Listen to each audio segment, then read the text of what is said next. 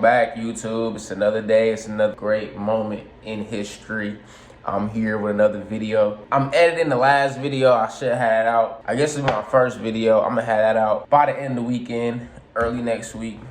But yeah, man, I'm excited. I'm excited to have that to you guys. I'm gonna need some feedback on it. Let me know what you want to see more of, what you want to see less of.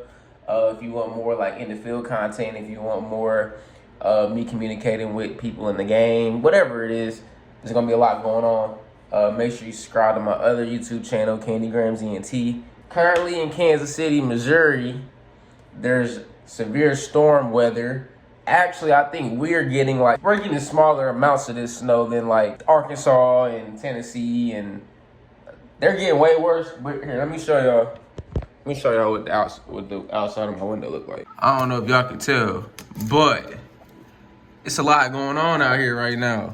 I had went to the gym this morning, so it wasn't that bad. I don't think it's gonna be that bad. My neighbor just got home and they drive a little Chevy Cruze, so she roaming the streets. Yay. But it is cold. It is really cold. It's in single digits today, so I don't think I'm gonna be in the field. So I'm working from home today. I'm pulling probate leads and I'm cold calling probate leads. I would show like on the screen somewhere of me pulling these leads so you guys can like kind of see how it works. But I really don't want YouTube to flag me for doing that, so I'm not going to do that. If that is something that you would like to see later down the line, or if there's anyone that would needs assistance with pulling probate leads, please let me know.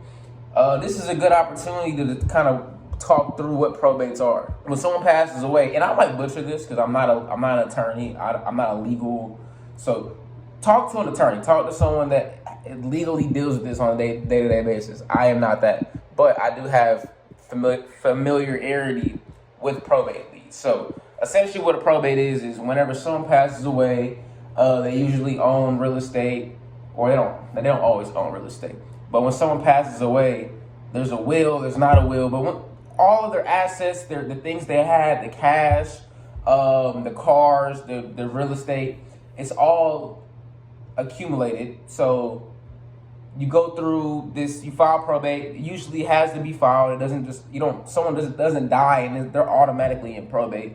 Someone usually files. It's either like a personal representative or a respondent or somebody who the estate, who might be a part of the estate, but someone that's trustworthy is usually the personal representative or the respondent.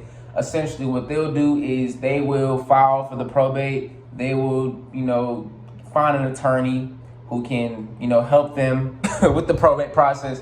So once they find the attorney and they go through that, they file probate, they present whether there's a will, there's no will, then it kind of, every state is different. I think with Missouri, things get split between heirs, and I believe there's like a tier list of heirs or how it goes. I'm not there.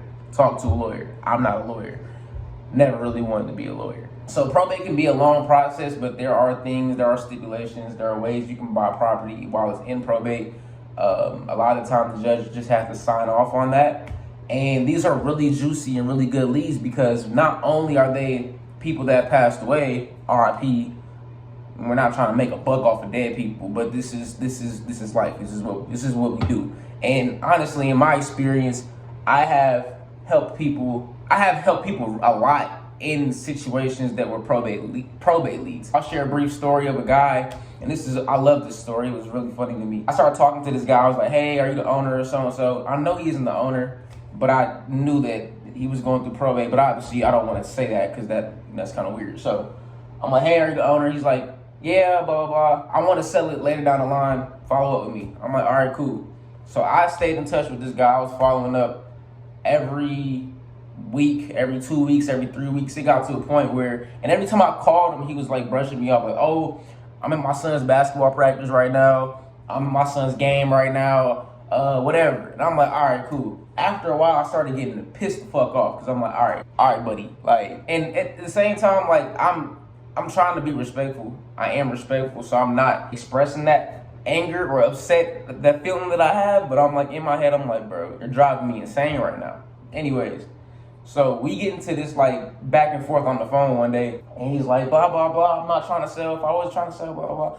Cool, whatever. I continue to keep following up. Keep following up. Time comes where he's like, all right, I'm gonna let you go look at the property. I go look at the property, there's like 7 other buyers there.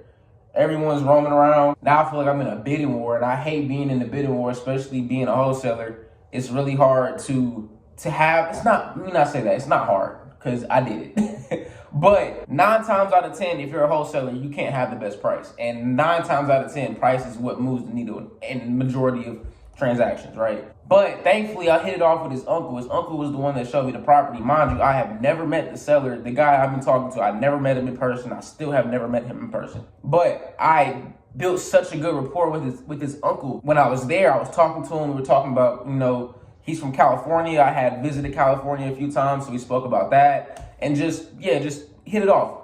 I think I still have his number. But I believe that interaction is really what moved the seller to sell to me instead of going with all the other people that were there, because I had built that rapport. I had really cared about the situation.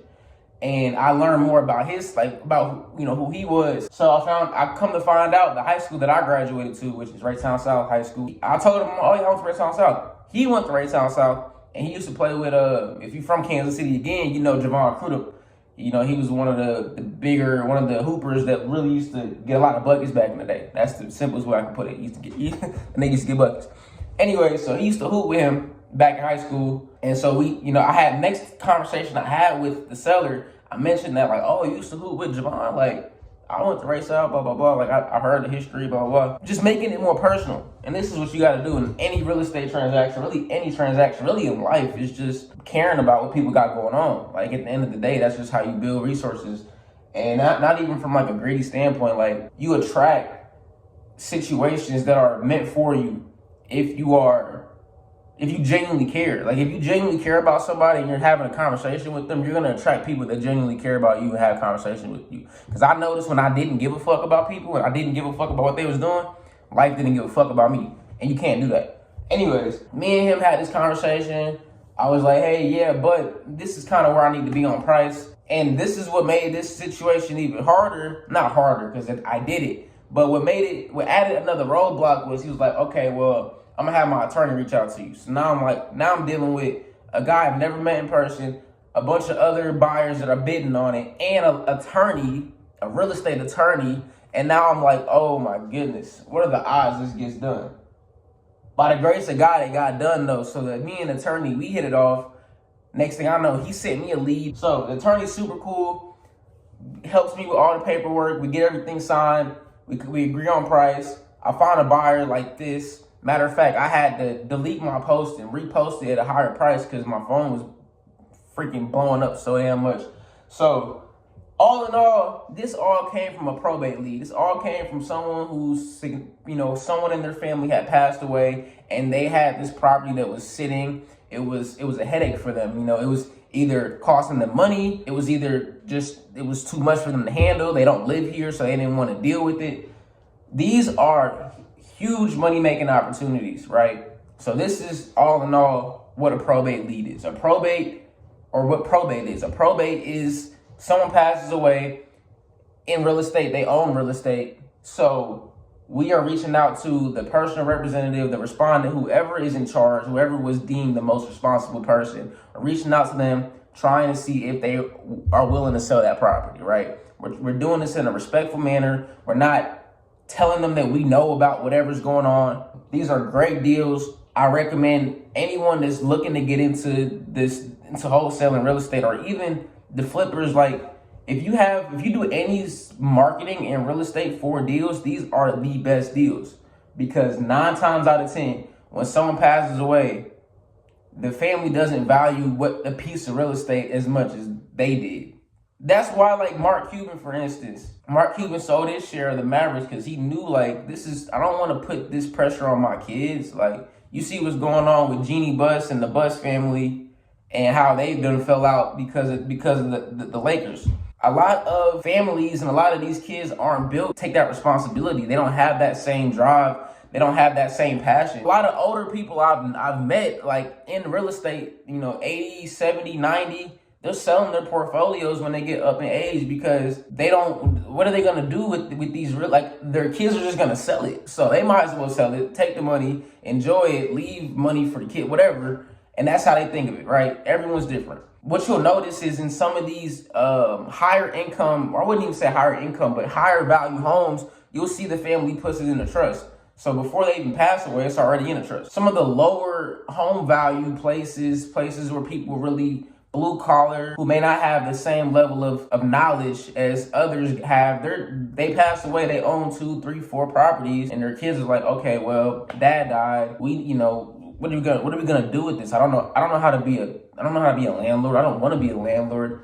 We're sitting on money right now. Let's go cash out on what we have. Those times, they don't really know what they have. And I'm not saying that like we're supposed to be coming in, and obviously we're lowballing, we're wholesalers, and we're investors, and we're supposed to be getting these deals as cheap as possible. But we're not coming in to manipulate people to sell us their property at no value. It's just like, what do you value more? Do you value this quick cash and having this out of your hands? Because I can tell a seller right now 5 different exit strategies that could probably get them more money now or over time than what I could offer you cash. But it's a lot of the time they don't want the headache. They don't want the stress. They just want to get rid of what they got. That's probate in a nutshell. I'm probably gonna have to do more videos on this because I am still in the process of honing my systems when it comes to probate. It's something that I think is crucial in my business. It's made me a lot of money in my business, and it's something that I want to really perfect more than any other source of leads. So I like pre-foreclosures. Pre-foreclosures are really good with creative finance deals, and I know some guys in my market that do really well with pre-foreclosures. But probates for me, just it's been good. So if you want to learn more, I'll probably drop more of these type of videos. I think this is just gonna be a video in itself. I didn't really plan on coming on here and doing this. I really planned on kind of showing y'all my day, but it just kind of happened like that. If you got any questions, please feel free to comment. Feel free to DM me on Instagram. Feel free to message me on TikTok. I'm trying to get really involved with the community, the wholesaling community, and really building this community. So feel free to reach out. If you got any questions, please like this video, comment on this video, subscribe if you haven't already. Share this video with someone that you think could benefit from it, and give me some ideas on videos I should make, because I got about, it's 2026, so I'm coming up on 5 years of being in this business, right? And I think it's about time I really drop the knowledge and the things that I've learned, the skills that I've obtained, and I'm sure that I'll be able to learn a lot more from viewers and from people in the business too. So yeah, just drop some more video ideas, and yeah, let's do it, man.